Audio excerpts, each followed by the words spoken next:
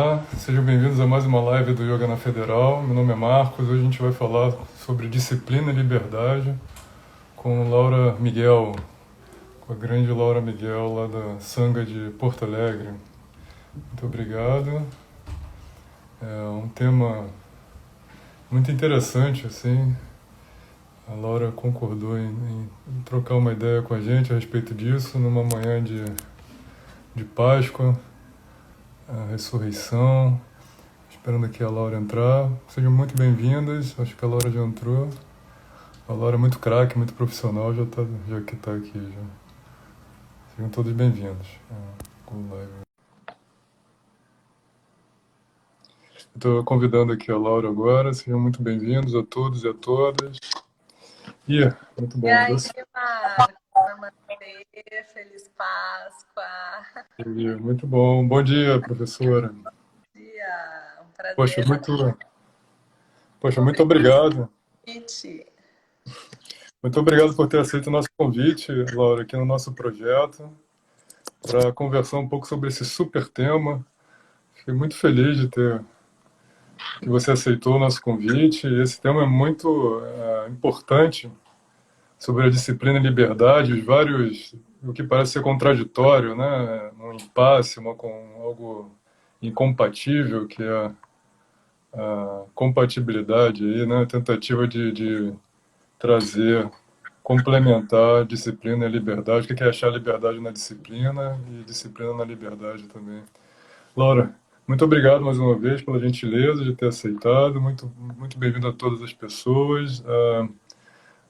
A gentileza de ter aceitado um convite na Páscoa. A Páscoa também tem essa espécie de impasse, né? Onde algo que parece incompatível, que é a relação entre morte e nascimento, né? O renascimento. Então, eu achei tudo muito filosófico, muito interessante. É, muito isso. Tentar compatibilizar opostos, né? Morte, vida, a disciplina, a liberdade, apego, desapego. Eu fiz uma lista aqui de coisas que a gente podia falar. Disciplina, liberdade, tapas e ahimsa também, né? Que é uma espécie de choque, né? Mas pode ser complementar. Força e flexibilidade. Abhyasa, vairagya, né? A prática e o desapego. Acho que a Laura, a gente não precisa apresentar a Laura, mas eu vou falar 3 frases aqui. Laura Miguel é professora muito destacada de yoga, do método de Ashtanga. Ela é autorizada nível 2 pelo Sharatji e tem várias viagens para a Índia, para Mysore, né, como para a prática de yoga e também para formação em Ayurveda, que também é muito importante. Dos muitos temas que a Laura podia falar aqui para a gente também. E ela digamos, a grande embaixatriz lá da Sangha muito legal, muito bonita de Porto Alegre, da comunidade de praticantes também. Muito obrigado, Laura. Obrigada, Marcos. Obrigada. Bom, o yoga é isso, né? É esse jogo dos opostos, né? Então, quando os opostos eles entram num nível de equanimidade, aí a gente encontra a real liberdade, né? Aonde o yoga se assenta, assim. Então, o yoga é trazer esses elementos opostos para que a gente possa encontrar um terreno fértil em que a liberdade possa se expandir. E nesse processo de liberdade não existe conceitos, não existe tendência, não existe modalidade, né? Então, o yoga é bem isso, assim, essa composição, né? Perdi um pouco teu rosto aí, Marcos. Foi muito Desculpa, como Instagramer, eu sou um bom acadêmico. Aí eu estou aqui tentando me escrever o título da live para as pessoas que forem entrando também. Laura Miguel. Laura, em verdade, acho que o título da live, o pensar esses opostos no yoga, a inspiração veio muito de uma postagem sua recente. Acho que todo mundo aqui segue a Laura no Instagram, uma postagem recente que ela fez, exatamente nesse tempo muito duro, né, tempos difíceis de pandemia, crise política, econômica, ambiental, sanitária. O Brasil se tornando a grande ameaça sanitária do mundo.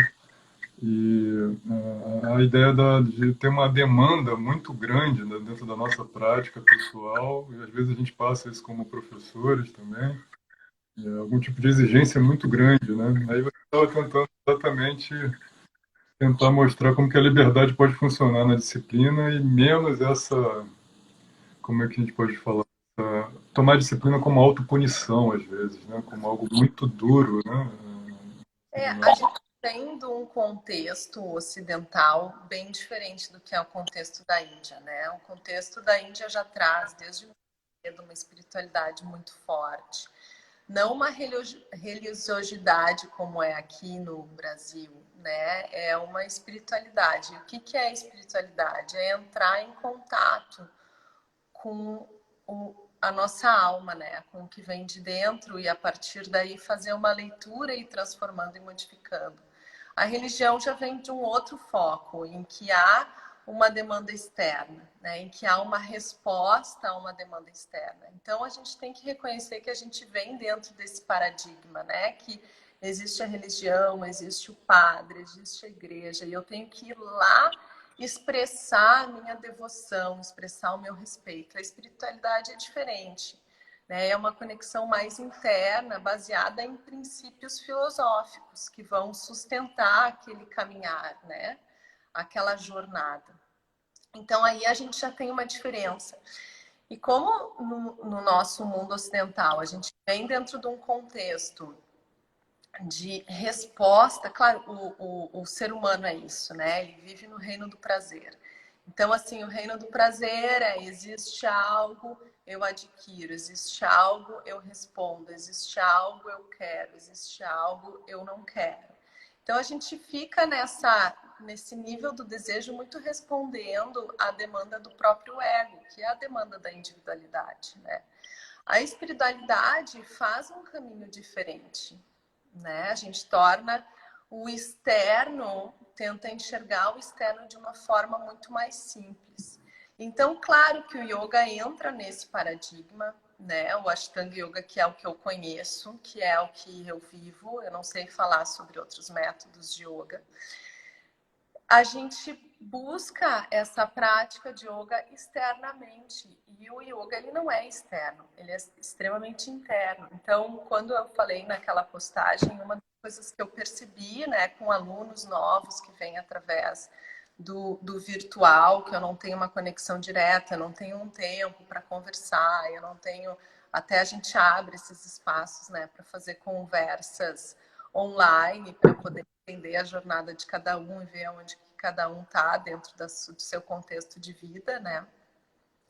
É justamente isso, é colocar o yoga como uma resposta externa, né? É colocar o yoga como: eu preciso responder às demandas do meu professor, eu preciso responder às demandas desses asanas altamente difíceis, eu preciso responder, sempre responder, eu preciso responder, né? E a disciplina é algo muito interno que não vem, o yoga não está relacionado com essa demanda externa, o yoga está relacionado com o desenvolvimento interno, de transformação interna, de reconhecer as nossas qualidades, de reconhecer os nossos defeitos, de transformar, de ver que não existe limite entre eu e o outro, né? Que aí a gente começa a desenvolver a compaixão e o respeito, né? Quando a gente não fica mais nesse bloco da individualidade, que é muito movida pelo objeto do desejo, né? Que é onde a gente nasceu dentro desse contexto. Então o yoga vai transformar toda essa percepção, inclusive dos desejos, que está relacionada ao nosso consumo, às nossas demandas externas, né? Inclusive o desejo visual: eu quero fazer aquela postura, eu quero ser que nem aquela pessoa, eu quero me vestir que nem aquilo, eu tenho que entrar dentro daquele modelo de vida de yoga para eu ser alguém dentro do yoga, né? O yoga, ele não nos propõe essa rigidez. O yoga não nos exige essa demanda, né? O yoga exige uma autoobservação interna. E a disciplina, ela é essencial dentro de qualquer caminho de transformação, seja na meditação, seja em qualquer contexto em que a gente vai se vincular para nutrir essa vida de valores, de valores importantes, né? Para essa mudança de visão, essa mudança de perspectiva, essa mudança de enxergar a vida, responder perguntas, né? De quem sou eu, por que eu estou aqui, por que eu faço isso, por que eu nasci nesse contexto, por que eu nasci nessa família, né? O yoga vai nos colocar todas essas dúvidas e através das escrituras, através de uma prática, através de uma disciplina, sim, eu vou conseguir encontrar essa resposta e com isso eu vou adquirindo liberdade, que são perguntas que me aprisionam dentro da minha própria individualidade, né?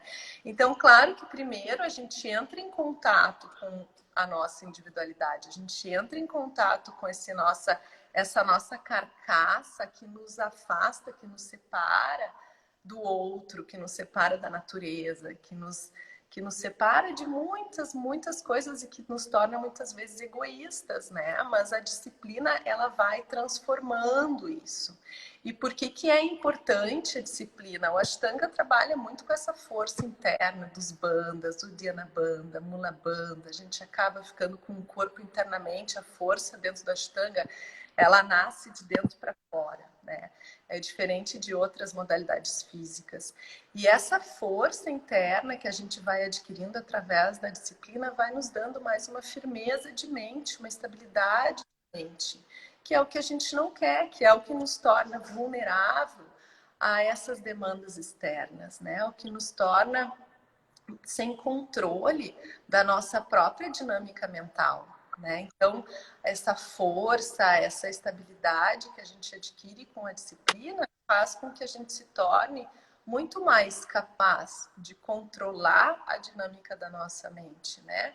De observar a dinâmica da nossa mente, renunciar às coisas que aparecem ali dela, escolher o que a gente quer que a nossa mente possa brotar, né? Então, essa força interna que vem com a disciplina nos dá uma capacidade incrível de se tornar muito mais estáveis e menos vulneráveis do que é uma mente influenciada simplesmente pelo mundo do desejo, né? Bom, muito obrigado, Laura, pela sua reflexão toda, muito interessante. Assim, eu estava conversando nos bastidores com vários praticantes e tal, e é muito interessante o pessoal do Rede Yoga que está acompanhando aqui também. Bom dia a todos. E a sua postagem ressoou muito assim na gente, né? Eu acho que talvez por esse ano de pandemia. E a gente também que tenta compartilhar o método e tal, não só praticar, mas também ajudar nesse momento muito duro. Às vezes, esse método mais estruturado do Ashtanga, ele pode também gerar muita ansiedade no próprio aluno, né? E às vezes a pessoa pode confundir disciplina com algum tipo de autopunição também, ela tem que fazer daquela maneira, naquele momento, acordar super cedo, fazer a série toda e tal. Eu acho que você, como é que você lida com, é claro que a disciplina é essa espécie de caminho para autoconhecimento, como você colocou, e para esses vritti da mente, mas e quando a disciplina exagera, quando a gente não consegue encontrar uma boa medida, aí vem lesões, vem ansiedade, tem insônia antes da prática, porque você fica pensando naquela postura muito bizarra que você vai ter que fazer no outro dia, de manhã. Como é que você, como praticante, professora, lida com, às vezes, com esse excesso de disciplina que acaba gerando mais ansiedade na gente? A gente tem que trazer todos esses valores, né? Todas essas demandas do yoga para o caminho do meio, né? Se a gente for criar uma disciplina em que vá... O Ayurveda fala muito isso, né? Se essa disciplina vai depletar a minha prakriti, vai depletar o meu corpo físico, que é o meu veículo, né? E eu preciso desse veículo por um longo período para conseguir me realizar em determinados conceitos. Então, eu preciso observar, né? Agora, a disciplina é muito relativo, né? Se a gente pegar alguém que está iniciando a praticar e a gente diz que precisa praticar 3 vezes na semana, 4 vezes na semana, em determinados horários, e que esses horários devem ser fixos, né? Para aquele corpo se condicionar àquele horário, isso vai soar como, uau! Isso é muita disciplina, tá? E se eu quiser sair para jantar, eu não, tenho que escolher um dia para sair para jantar, né? Então, isso no início passa a ser um horror, justamente por isso, porque a gente vem dentro de um contexto em que liberdade é vista como consumo, como sair no mundo por aí, né? É na hora que quiser, né? E daí vem o yoga ou qualquer outro método que a gente for optar para ajudar na composição dessa moldura, né? Porque se a gente pensar a liberdade dentro desse contexto que a gente vive, ela não tem moldura, ela não tem norte. É uma liberdade que eu vou para lá, vou para cá, penso isso, faço, penso aquilo. Ah, e daí não gosto, daí não quero, e daí eu quero, e daí eu vou, né? Então é uma liberdade sem molde. A disciplina vai esse molde, né? Então, quando eu uso essa disciplina para ir contra a minha capacidade para me depletar, para me autopunir, e daí não é bom, né? Mas isso cada um tem que fazer a sua análise. No início, a gente precisa de um professor que diga, por que tu não vem praticar hoje? Ah, porque eu dormi mal. Ok, então compensa no dia seguinte, vem no dia seguinte. Por quê? Porque a gente tem que treinar aquele aluno a uma disciplina, porque ele não tem aquela disciplina e ele precisa entrar naquele molde, né? O yoga vai nos moldar, qualquer método vai nos moldar, né? Vai estreitar um pouco esse caminho, porque a liberdade não é um caminho vasto, né? A liberdade é um caminho que a gente assenta e aí ele se torna vasto e infinito, né? Mas no início a gente precisa de uma disciplina muito rígida, mas tem que observar se acordar 4:30 da manhã, dormiu 3 horas, isso vai fazer mal? Claro que vai fazer mal, isso não é uma disciplina. Então, pratica ao meio-dia, né? Eu sempre tento assim praticar no horário da manhã, se eu não consigo acordar cedo ou dentro da minha rotina, né, de aula e tal, eu sempre tento praticar ainda pela manhã. À noite eu já não gosto de fazer prática de asana, né? Então, encontrar, estabilizar, assim, dentro da tua rotina, né? Tudo que a gente faz, né? Se quer emagrecer, o que vai fazer? Vai pegar o cardápio de uma nutricionista e vai colocar, olha, eu posso comer a tal hora, tal hora, tal hora e tal hora. E para que aquele objetivo tenha êxito, eu tenho que fazer tudo certinho. Então, se eu quero começar a praticar yoga, porque eu acredito que o yoga vai me trazer benefícios, então eu estabeleço ali, olha, todos os dias eu vou praticar às 10 da manhã, às 9 da manhã, às 6 da manhã, né? No início, claro, eu vou ficar mais cansado, só que para essa opção, eu preciso renunciar a algumas coisas. E a renúncia faz parte de qualquer processo. Para eu fazer uma opção, eu tenho que deixar de lado algo, né? Eu tenho que deixar de lado dormir mais, eu tenho que deixar de lado o jantar até mais tarde, porque daí eu vou acordar cedo e vou me sentir mal, né? Então a gente, para optar em qualquer caminho para que ele tenha êxito, né? Êxito é difícil falar dentro do caminho do yoga, né? Mas para que tenha benefícios e para que eu possa perceber os benefícios, é natural eu ter que renunciar a algumas coisas. Só que dentro da nossa sociedade, a gente não está acostumado a renunciar. É aquele filho único mimado que quer tudo, não quer renunciar. Eu quero os benefícios do yoga, eu quero jantar até mais tarde, eu quero né, me perder dentro do meu contexto mental, mas eu quero os benefícios do yoga. E o yoga não é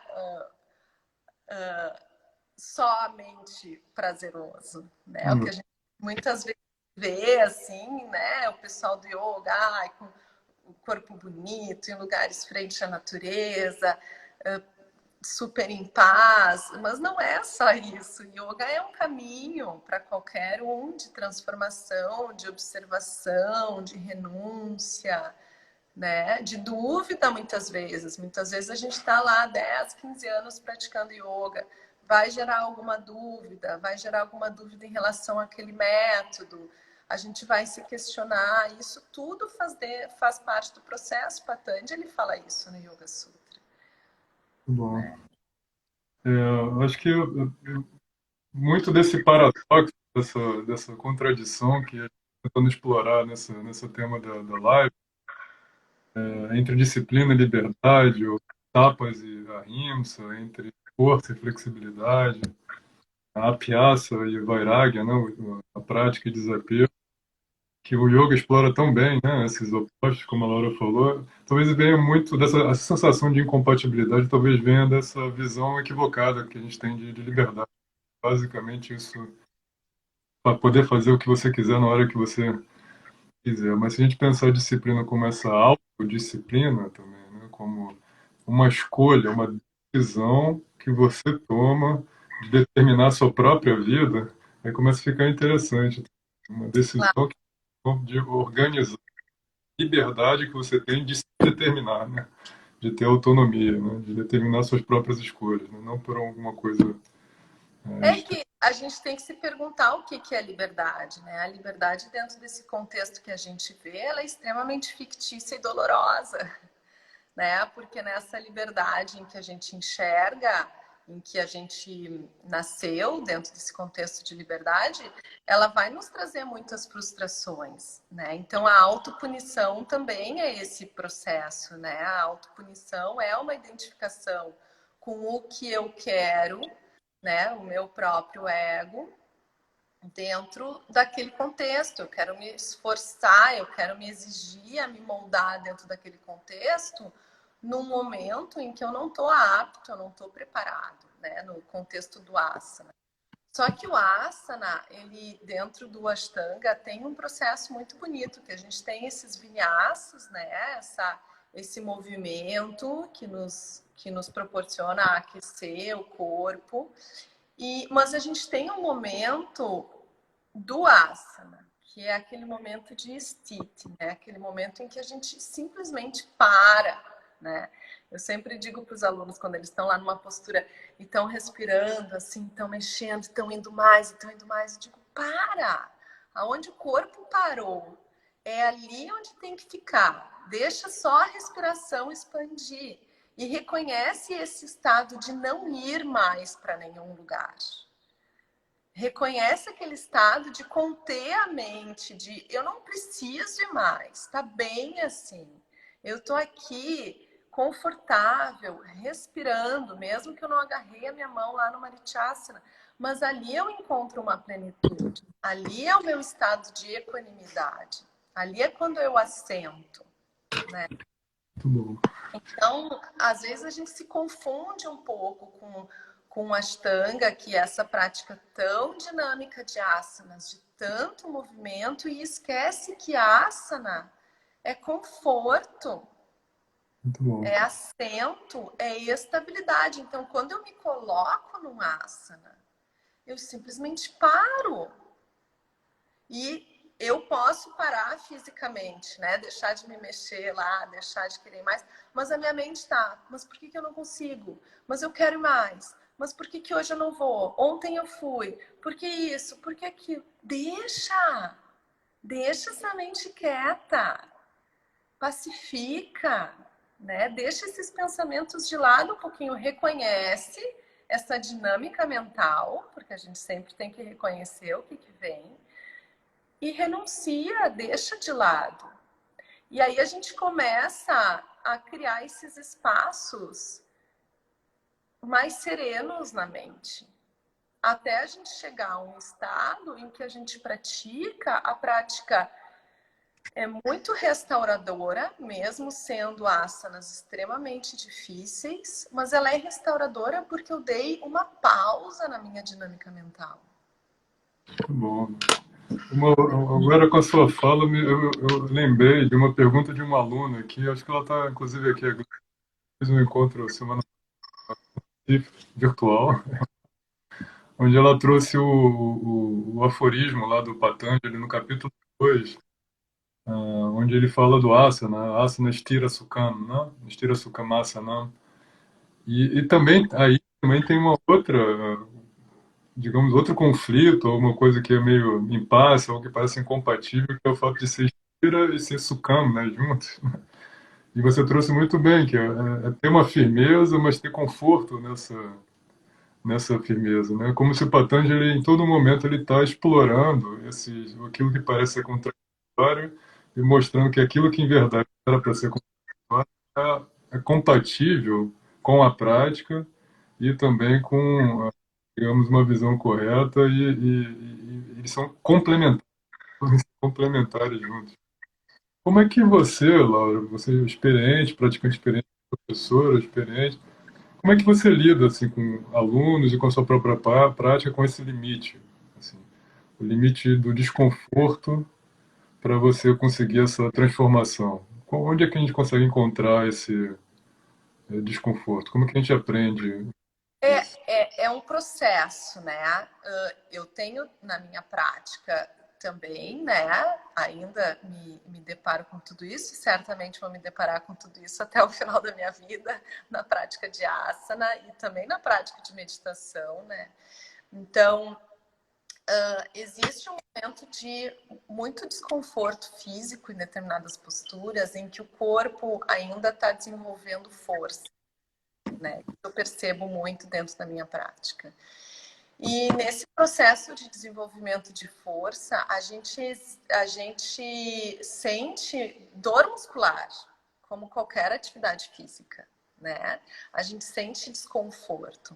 Mas isso é extremamente natural. Depois que essa força, essa musculatura é estabelecida, aí a gente consegue uma estabilidade maior dentro da prática, né? Então, por isso a primeira série, com aqueles jump backs e jump throughs, vão requerer muita força, porque a estabilidade, ela vem da força, né? A estabilidade, ela não vem da flexibilidade. A estabilidade vem da força, né?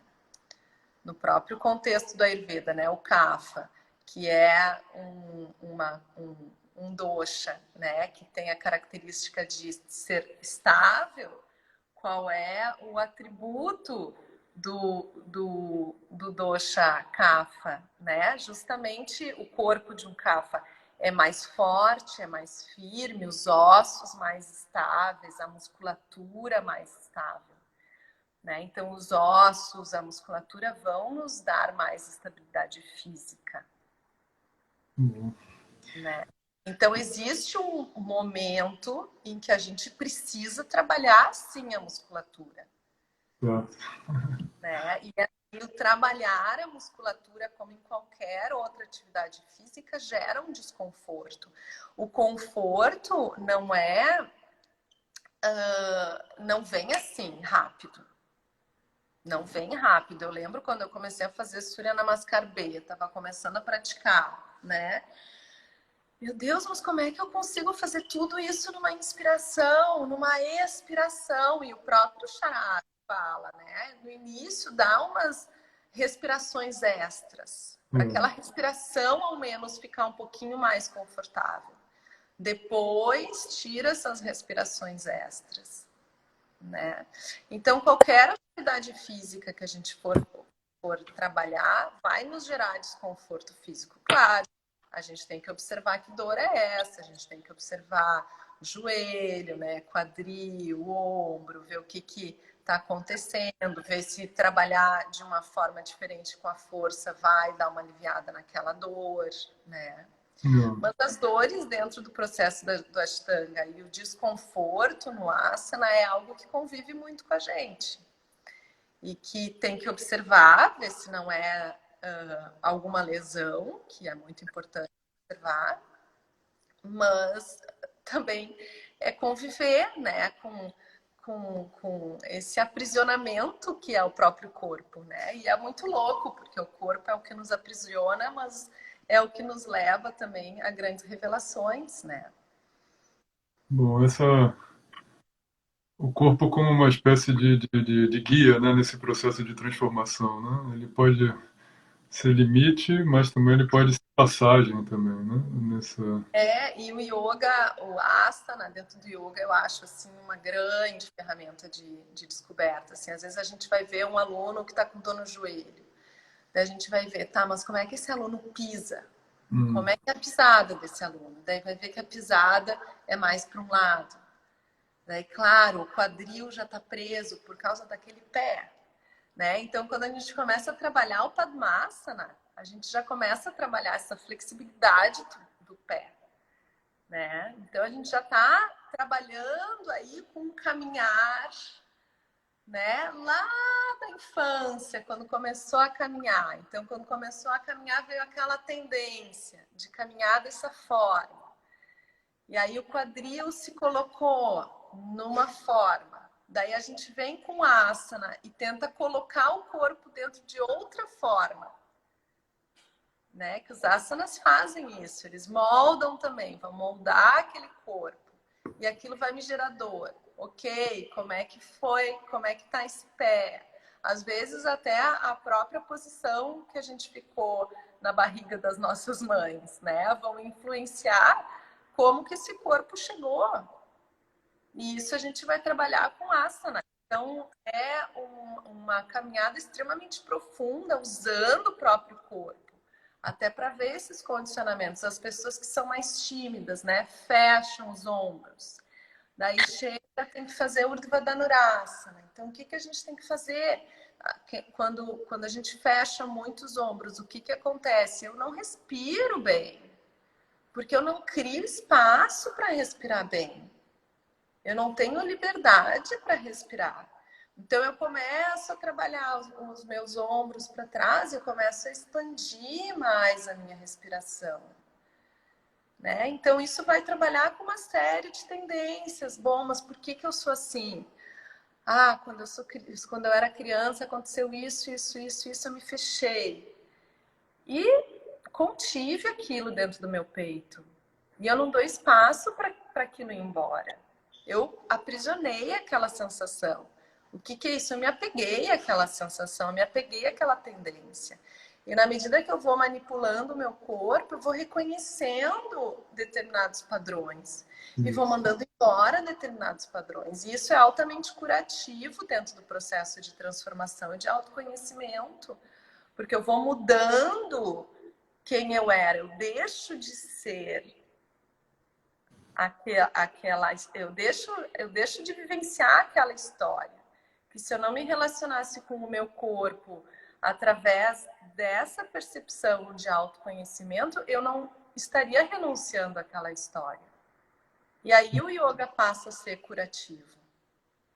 E Laura, qual é o papel do professor e da professora nisso tudo? Assim? Porque ele vai colocar a gente em situações desconfortáveis, talvez diariamente. Pessoalmente, reflexões sempre foram um horror para mim, algo que eu tinha vontade de sair correndo, acho que também foi em função dessa timidez. E no processo eu percebi que muito da minha tensão e raiva acumulava na minha lombar, e quando eu tocava isso ficava mais agressivo ainda. Hoje o drop back parece um switcher para mim, parece algo que liga e me desliga, assim, né? Quando eu faço drop back, eu fico coisa. E assim, quando o aluno não está assistido por um bom professor, o professor, é claro, ele pode pensar, pô, não é para mim, meu corpo não é para isso, que diabo eu estou me fazendo todo dia nesse tipo de coisa maluca, eu vou fazer outra coisa.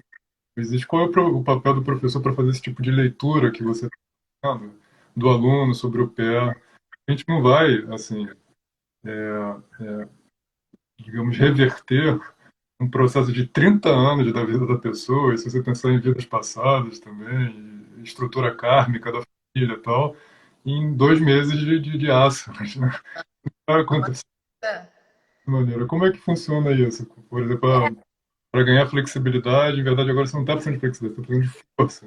E agora você está precisando de flexibilidade. Para de ficar usando todo o braço o tempo todo. Então, como é que você vê isso? Essa uma das coisas que eu me ressinto dentro desse mundo virtual, que eu acho que está funcionando muito bem, mas a gente perde uma parte muito bonita dessa relação professor-aluno, que é sentar do lado do aluno, que era uma coisa que eu adorava fazer, sentar do lado do aluno e explicar por que a gente tem que trabalhar determinada coisa, né?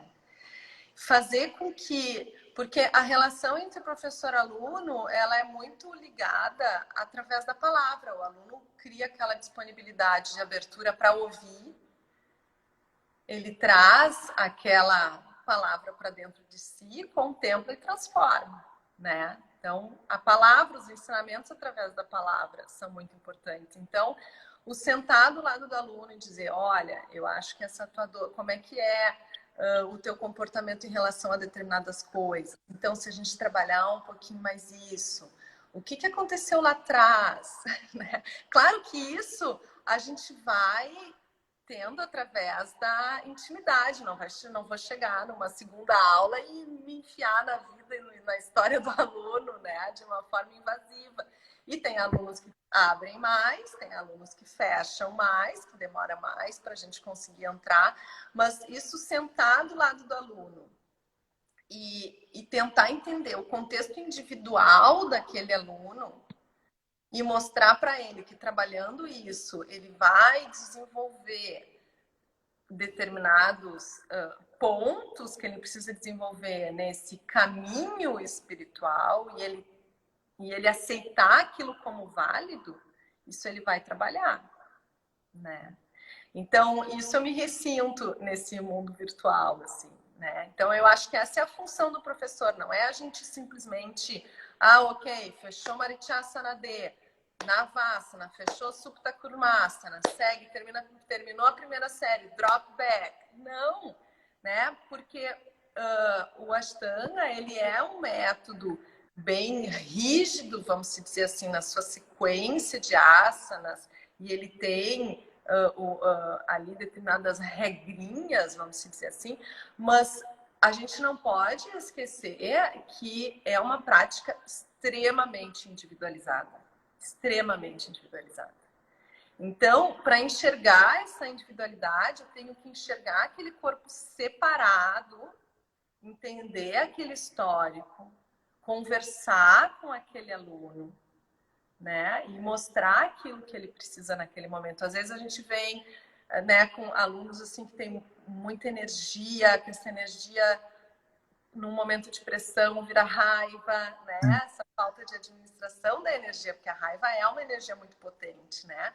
E daí a gente dá uma postura nova e o aluno faz de novo, e faz de novo, e faz de novo, e faz de novo, e faz de novo. Daí qual é o papel do... Não faz de novo. Para! Não faz de novo. A gente tem a vida inteira para fazer. Não faz de novo. Agora tem aquele aluno preguiçoso, né? Que não quer fazer. Não, faz 5 vezes. Ai, 5 vezes. Sim, 5 vezes. Então, mas não são só 3 os dropbacks, né? Que às vezes tem alunos que têm preguiça dos dropbacks. Não, faz 5 vezes, pode fazer quantas vezes quiser. Ai, mas são só 3. Não, mas faz mais hoje. Hoje faz mais, né? Então, assim, existe um contexto, né? Dentro do Ashtanga, existe um modelo, mas a individualidade é algo essencial para que o método seja benéfico para aquela determinada pessoa. Por isso que a relação professor e aluno é importante.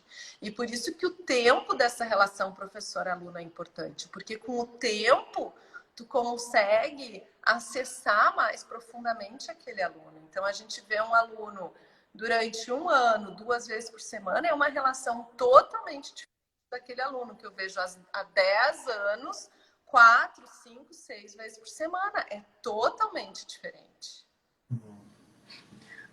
Assim como toda e qualquer relação, Laura, essa relação de professor-aluno, ela tem que crescer, ela tem que se desenvolver também, né? E ela se desenvolve, não tem uma regra a priori para isso, ela é da própria dinâmica interna da relação dos alunos, né? Às vezes o aluno até projeta, às vezes, em cima da gente, você consegue perceber isso, mas alguns papéis e tal, e você, calma, também não é isso, e segue. Mas muitas vezes o professor tem que vir com um corte, né? De tipo cortar aquele entusiasmo exagerado, né? Ou às vezes o professor tem que estimular. Mas é difícil assim falar no modo muito geral, né? Porque, como eu falei, é muito individual. Mas e isso que é o bonito da relação professor-aluno, essa individualidade, esse crescimento dos dois, né, dentro desse processo, porque a vida vai mudando, né? Tem alunos que eu tenho durante anos e engravidaram, mudou aquele contexto, ou entrou no período da menopausa, ou se separou, ou está numa fase financeira difícil. Isso vai influenciar dentro da prática. E nessa relação de professor-aluno, a gente vai também dando, exigindo menos, ou em alguns momentos exigindo mais, Hum. né?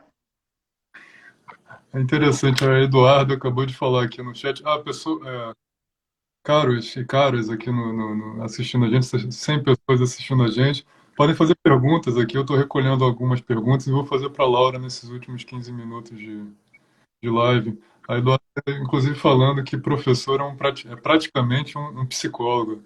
Laura, você se sente uma psicóloga dos seus alunos? Assim, são muitos alunos, né? Muitos. Prática diária, terapia diária mesmo. Eu acho, como eu falei, essa relação ela vai se aprofundando, né? E a gente vai entrando em aspectos particulares da vida de cada um, né? Então, eu não me coloco como psicóloga, assim, mas eu percebo que o asana e a prática de yoga, ela tem uma capacidade muito forte de transformação, assim, e apurando a leitura, o professor apurando essa leitura, às vezes até pode fazer esse papel, né? Mas não que, né, seja, não posso me colocar nesse papel. Mas na Índia, é interessante isso do psicólogo. Esses dias eu até estava pensando sobre isso. No Ocidente, a gente tem muito hábito, né, de ir ao psicólogo, né? É uma coisa, um padrão, assim. Na Índia, as famílias têm um guru. E o guru, ele tem esse papel de psicólogo, né? Então, a gente tem uma situação difícil na vida, o que tu vai lá falar com aquele guru, ele vai te dizer, olha, tu faz o seguinte, faz 2 japas por dia para Hanuman, né? Então, assim, são outros remédios que são utilizados pelo guru, diferente do que é usado no Ocidente com a psicologia, né? Mas está muito relacionado, porque está lidando com a mente, está lidando com essa transformação da mente. Muito bom. O Sérgio aqui do Recife fez uma pergunta para gente. Como lidar como é que você lida, Laura, com o perfeccionismo, né, excesso de disciplina na sua prática e na dos seus alunos? Como é que você lida com isso? Não vai dar mais postura para esse aluno perfeccionista? Vai segurar ele em algum momento?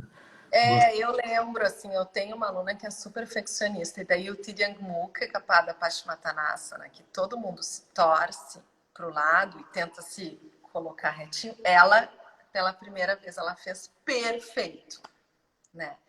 E daí eu dizia para ela, entorta, eu quero te ver torta nessa postura. Daí, através do torto, tu vai te endireitar, mas tu precisa reconhecer o que é torto. Então, tem coisas que a gente vai usando, assim, né? Os alunos perfeccionistas, sim, tem que dar uma segurada, né? Nem não dá mais postura, mas dizer, experiencia o errado. Te permite experienciar o errado, né? não precisa fechar a postura perfeitamente hoje. Não, não fecha perfeito. Experiencia, é interessante essa. Porque quando vem um fato que não deu certo para essa pessoa perfeccionista gera muito sofrimento, né? Então, é importante, mas a prática, a sequência da prática, os próprios asanas, vão trazer para esse perfeccionista vai ter que soltar em algum momento, né? Porque vão ter posturas que vão exigir cair, né? Vai subir no drop back, vai cair de joelho no chão, vai saltar no Bhujavidasana, vai dar com a cara no chão. Então, os asanas já fazem esse trabalho naturalmente, né? E dá uma certa ludicidade também o asana, né? Muitas vezes, certamente, várias pessoas aqui já se pegaram meio que como criança, né? De novo, adulto tentando fazer uma coisa sorrindo e cai e tenta de novo e vai fazer outra coisa e tenta brincar com como sai da postura. Traz esse aspecto de ser criança de novo, né? Em um certo sentido. Aí pode ter essa rigidez, vou conseguir, vou bater meta, vou fechar essa série. E o perfeccionismo e a autopunição é uma resposta ao que tem de fora. Se a gente for ver a real raiz do perfeccionismo, né? É que eu quero responder, eu quero que as pessoas me enxerguem daquela forma. Eu quero responder aquilo que esperam de mim, né? E isso com o yoga a gente vai naturalmente dissolvendo, tem que dissolver, porque isso é o ego puro se manifestando. Porque eu quero ser reconhecida como perfeita, eu quero mostrar a perfeição. Não, mas a gente não está aqui falando de eu, né? Laura, eu acho que esse comentário pode ser uma boa ponte para uma pergunta que a Simone Sudbrack, eu não sei se estou pronunciando certo, desculpa, a Simone fez. Como é que funciona isso com essa ideia dessa pressão externa num momento de hiperexposição em redes sociais, em Instagram, com super asanas, pessoas super bonitas, atléticas e tal, saudáveis, fazendo coisas muito doidas com o corpo? Como é que você lida com isso com os seus alunos também? Porque a pessoa pode agravar, né, o perfeccionismo da pessoa e querer avançar e tal. Como é que você vê? Pode. Às vezes eu acho bonito mostrar um pouco de asanas mais complexos, porque eles vieram através do tempo, da prática, da dedicação com a prática, né? Da, da, da profundidade, né? Da prática em relação ao corpo, né? Então, muitas vezes eu acho interessante, mas de novo, assim, olhar com um certo distanciamento, porque eu não quero ser aquilo. E quando chegar aquele momento e o meu corpo estiver disponível, ele vai fazer, mas sem pressa, né?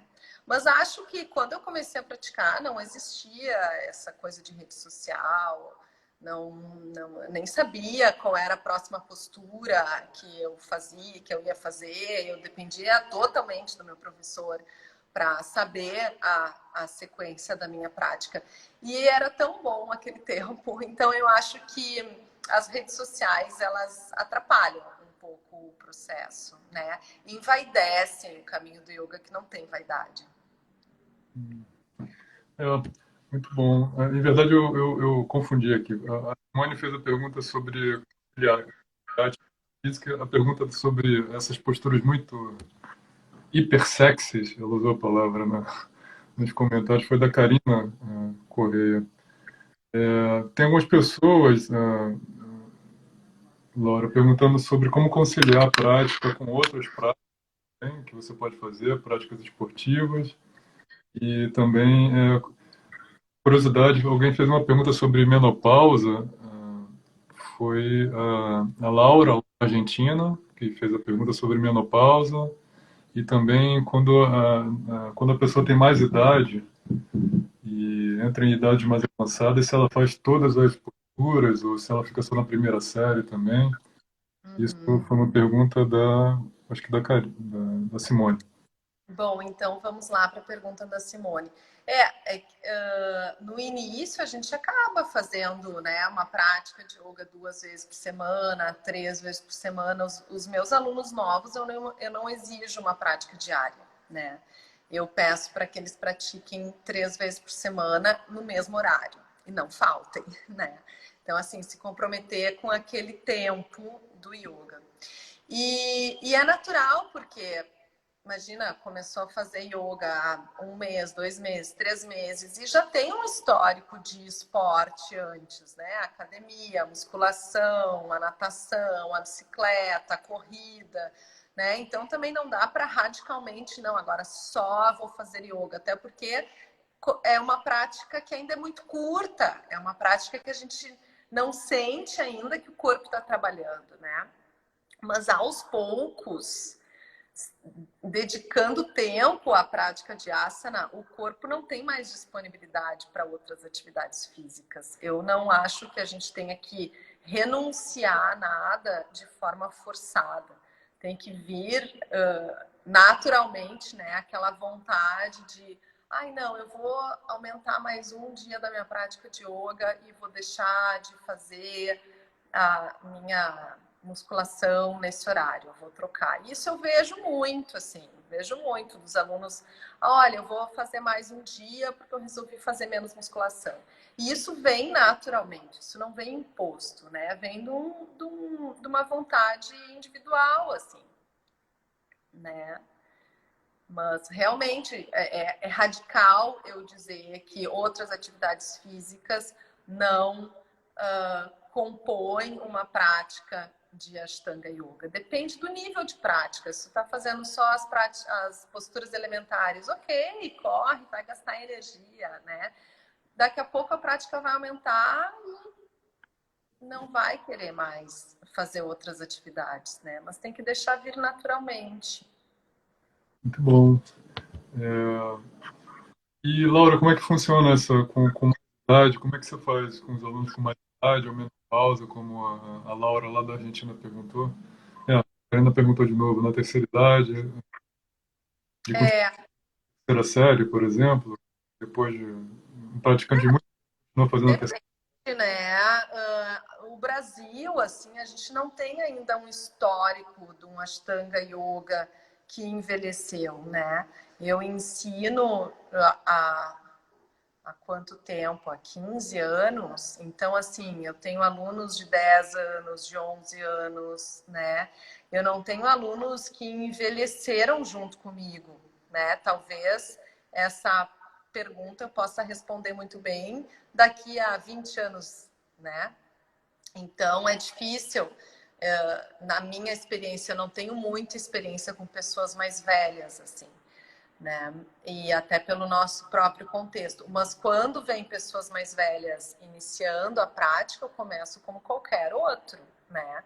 E dentro daquele processo do desenvolvimento dos asanas, eu vejo quando que é o limite, quando que a gente não pode avançar. O que também eu faço muitas vezes é não exigir a transição entre uma postura e outra, né?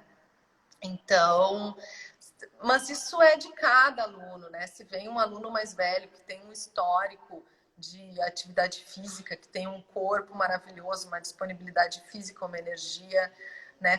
Cada pessoa é diferente. É difícil falar sem enxergar aquele corpo, né? Muito bom.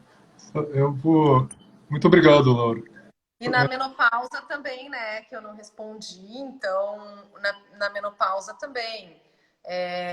De repente, reduzir determinadas posturas, fazer algumas adaptações, né? Isso tudo dá para fazer, mas é muito individual para poder responder assim, né?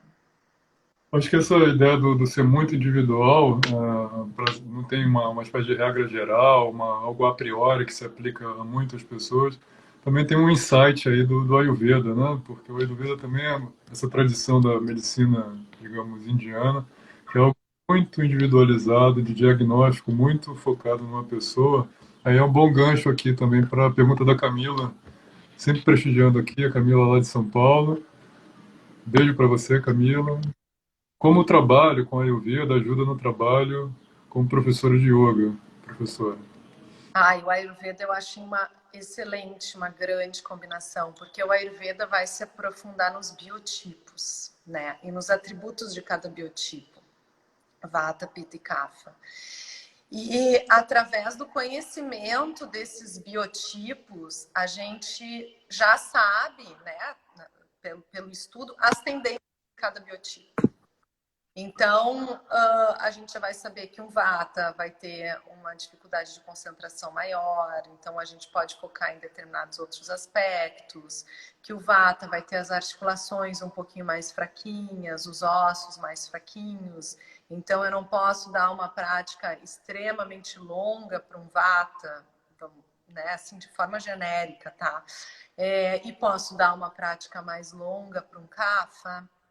Eu vou saber que o Kapha é mais lentinho na sua prática, então eu vou dizer para esse Kapha acelerar um pouquinho mais, porque as tendências elas são compensadas com os opostos, né? Que é o que a gente está falando aqui, né? Um Pitta, por exemplo, que chega com aquele gás, com aquela energia, com aquele perfeccionismo, com aquele objetivo, o Pitta já sabe quantas posturas tem a primeira série, ele já sabe quantas respirações tem que ficar, ele já sabe a próxima postura, ele já treina a próxima postura em casa. Então é bom quando a gente conhece um Pitta dizer, tá, mas essa postura tu treinou em casa, tu viu num vídeo. Eu lembro uma vez um aluno meu veio com a próxima postura toda prontinha. Daí eu disse, tu olhou YouTube, né? Já conheço. Ele olhei, não olha mais, quem vai te ensinar sou eu, não o YouTube, né? Então, assim, o Ayurveda acaba nos dando uma percepção melhor para entrar dentro da individualidade dos alunos. Isso que eu acho muito interessante. Muito bom. Várias pessoas se identificaram muito com a sua descrição aqui de Vata, Pitta e Kapha. E é muito legal, né? Assim, eu fico impressionado, pouco tempo de prática e pouco tempo também compartilhando método, essa percepção de corpos diferentes, personalidades diferentes, começa a ficar muito mais aguçada, né? Então, pessoas, prestem atenção nisso. Tem um professor como a Laura, de, sei lá, com 15 anos de ensino e prática, você deve ler a gente assim em 10 segundos olhando a nossa prática, você já deve bater toda a nossa, no primeiro Surya, assim, você já deve bater toda a nossa personalidade, assim, todo o nosso. Assim mesmo? Deve ser, né? A gente vai apurando, né? Vai apurando. É, muito bom. Eu vou fazer mais uma pergunta. Eu acho que todo o nosso tema aqui, Laura, mais uma vez, surgiu de uma postagem super bonita que a Laura fez no meio dessa pandemia, há pouco tempo, sobre como lidar com essas demandas externas, né, talvez de professores, sua própria, da comunidade. Como a Karina falou de Instagram, super sexy, usou a expressão sexy aqui para os Instagrams também, para alguns perfis, como conciliar essas coisas, né, como disciplina, liberdade, tapas e ahimsa, trazer disciplina mais com ternura, né, a prática com flexibilidade, força,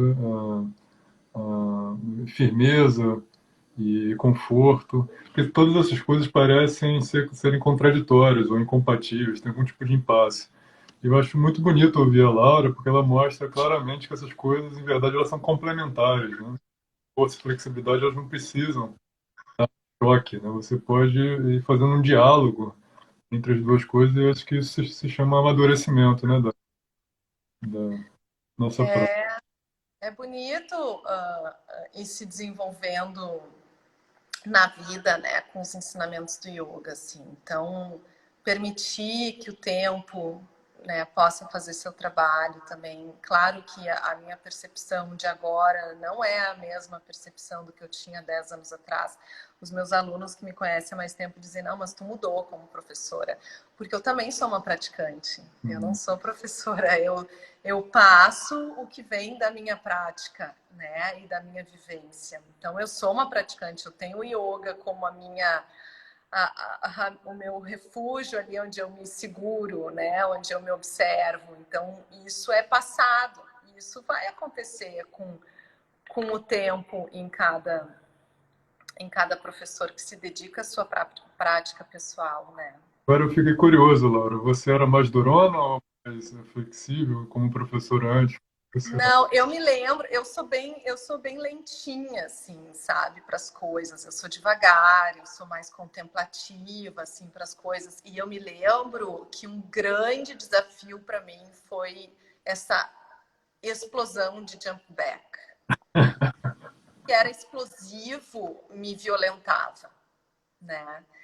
E eu não gostava, eu gostava de fazer minha prática devagar, em silêncio. Eu comecei a fazer minha prática, quando eu comecei a praticar, eu fazia de olhos fechados, porque eu precisava me ler, precisava vir para dentro, né? Então, eu sempre tive, assim, isso. Então, as posturas de explosão, até hoje, né, são difíceis. O que eu preciso de muita rapidez, muita explosão, são mais difíceis. E eu tenho que trabalhar, então eu trabalho isso. É inevitável a gente se deparar com os nossos defeitos, né? E daí o yoga vai lá e nos, nos faz ter essa força que falta desenvolver aí, né? Muito bom. Eu acho que algumas pessoas lá em Mysore também disseram que, por exemplo, o Charat, ele mudou muito o perfil dele. Então, Muito. ele era mais, assim, mais severo, mais durão. Agora ele parece que E eu veio... sempre fui mais flexível do que forte. Eu demorei, o Shirshasana, eu demorei um ano para conseguir fazer. Não fazia, né? E então as posturas da terceira série foram muito reveladoras para mim. Foi a terceira que dizem, né, que é mais para exibicionismo, vamos dizer assim. A terceira ela teve um grande benefício dentro do meu processo psicológico, né, de mais firmeza. Foi muito importante a terceira para mim, assim.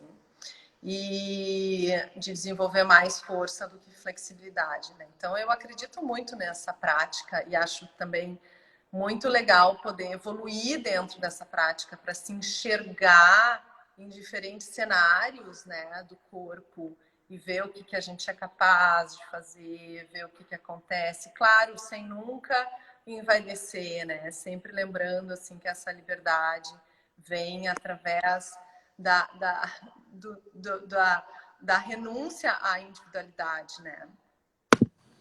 Muito bom. Eu estava pensando aqui, agora, mas eu não sei se eu vou conseguir. Vou conseguir. Laura, muitas pessoas reagiram à divulgação dessa live, assim, o tema, né? A gente se identificou muito com o tema, sobre essa tal incompatibilidade entre liberdade e disciplina e como encontrar a liberdade na prática e tal. Aí algumas pessoas responderam mencionando não Patanjali, não nenhum mantra da tradição védica, nada muito antigo de 3 anos, mas a canção Há Tempos, do álbum Quatro Estações, de 89, mais próximo da gente, da Legião Urbana, né, do Nato Russo. E talvez a gente possa terminar, se você me permite, eu vou trazer aqui os versos do Há Tempos, né? Eu estava escutando agora de manhã para me inspirar mais, para conversar contigo. E é muito impressionante, né? Poesia e arte tem essa coisa de ser muito reveladora, né? Dos nossos tempos, até quando não é contemporânea. O Renato Russo Ah, fala. mas a poesia é um acesso à alma, né? A alma, assim, por isso que a escrita ela é tão profunda e tão reveladora. E o Renato Russo fala: e há tempos nem os santos têm ao céu a medida da maldade. Há tempos são os jovens que adoecem. Há tempos o encanto está ausente. E a ferrugem nos sorrisos, e só o acaso estende os braços a quem procura abrigo e proteção. Meu amor, disciplina é liberdade, compaixão é fortaleza, ter bondade é ter coragem. Em casa tem um poço, mas a água é muito limpa. Ah, que bonito. É isso aí. Gente, obrigada pela companhia nessa Páscoa. Bom, Nos dia vemos. de renascimento, né, professor? Obrigada pelo convite. Espero ter. Não sei se respondi, porque é um tema muito extenso para responder em uma hora, mas espero ter desenvolvido. Fala alguma coisa bonita para a gente fechar, Laura, agora? Alguma coisa bonita para a gente ver, continuar com a nossa prática diária? Ai, Marcos, que me pegou de surpresa agora. Não, eu acho que sempre o nosso foco, assim, dentro desse processo de prática, é desenvolver essa liberdade, chegar a um ponto de liberdade, mas com uma abertura de coração para que a gente consiga enxergar o mundo com mais compaixão e com mais respeito. Acho que o mundo precisa disso. E se o yoga ainda não gerou mais compaixão, gerou mais asana do que compaixão, precisa avaliar, né, esse caminho, porque o yoga a liberdade começa por aí, quando eu gero compaixão pelos outros e não estou mais apegado àquilo que eu considero a única verdade, né? Consigo dar espaço para o outro. Então acho que esse é o caminho muito bonito do yoga. É quando a gente se une, né? E a gente soma em vez de dividir, que é o que às vezes acontece dentro do caminho. Muito bom, Laura. Compaixão é fortaleza. Compaixão é fortaleza, é verdade. Obrigado, gente. Obrigado, Laura, mais uma vez. Grande presente de para todo mundo. Obrigada, querido. Suaves e bem. Vendo o projeto, siga aí, eu vou estar assistindo essas lives. Bom, a gente conta com vocês. Namastê, obrigada a todos.